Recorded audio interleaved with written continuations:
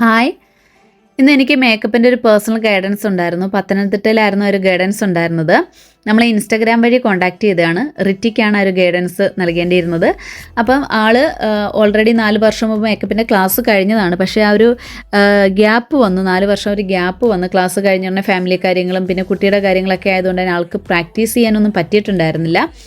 അതുകൊണ്ട് തന്നെ ആളിപ്പം ഒന്ന് വീണ്ടും റീസ്റ്റാർട്ട് ചെയ്യാൻ തുടങ്ങിയപ്പോഴാണ് നമ്മുടെ പോസ്റ്റ് നമ്മളെ കോൺടാക്ട് ചെയ്തത്. അപ്പോൾ നമ്മൾ രാവിലെ അവിടെ ചെന്നു, അതിനുശേഷം ഒന്ന് പരിചയമൊക്കെ പെട്ടു.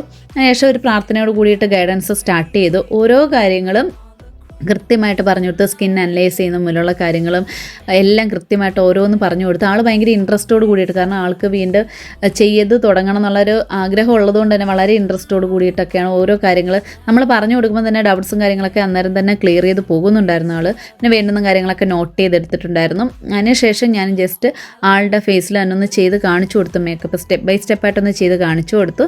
അതിനുശേഷം കൃത്യമായിട്ടുള്ള നോട്ടും കാര്യങ്ങളെല്ലാം ബേസ് മുന്നുള്ള കൊടുത്തു. അതിനുശേഷം ആൾ ഒന്ന് സെൽഫ് പ്രാക്ടീസ് ചെയ്യാൻ വേണ്ടിയിട്ട് എൻ്റെ ചേച്ചി കൂടെ ഉണ്ടായിരുന്നു, സുപ്രിയ ചേച്ചി. സുപ്രിയ ചേച്ചിയുടെ ഫേസിലാണ് ആളൊന്ന് പ്രാക്ടീസ് ചെയ്ത് നോക്കിയത്. പ്രാക്ടീസ് ചെയ്തപ്പോൾ ആൾക്ക് നല്ല കോൺഫിഡൻസും ഒരു സാറ്റിസ്ഫാക്ഷനും ഒക്കെ കിട്ടി. ആളത് പറയുകയും ചെയ്തു. ഞാൻ അത് കേൾക്കുന്ന സമയത്ത് നമുക്ക് ഭയങ്കര സന്തോഷമാണ്. നമ്മളൊരു കാര്യം, ചെറിയ കാര്യമാണെങ്കിൽ പോലും ഒരാൾക്ക് ഷെയർ ചെയ്യുന്ന സമയത്ത് അതുവഴി ആൾക്കൊരു സന്തോഷം കിട്ടുന്ന, ആൾക്കത് ചെയ്യാൻ പറ്റുമെന്നറിയുന്ന ഒരു മേക്കപ്പ് ആർട്ടിസ്റ്റ് എന്നുള്ള രീതിയിൽ ഒരു ഗൈഡൻസ് കൊടുക്കുന്ന രീതിയിൽ ഞാനും ഭയങ്കര പ്രൗഡും സന്തോഷമൊക്കെ ആയിരുന്നു.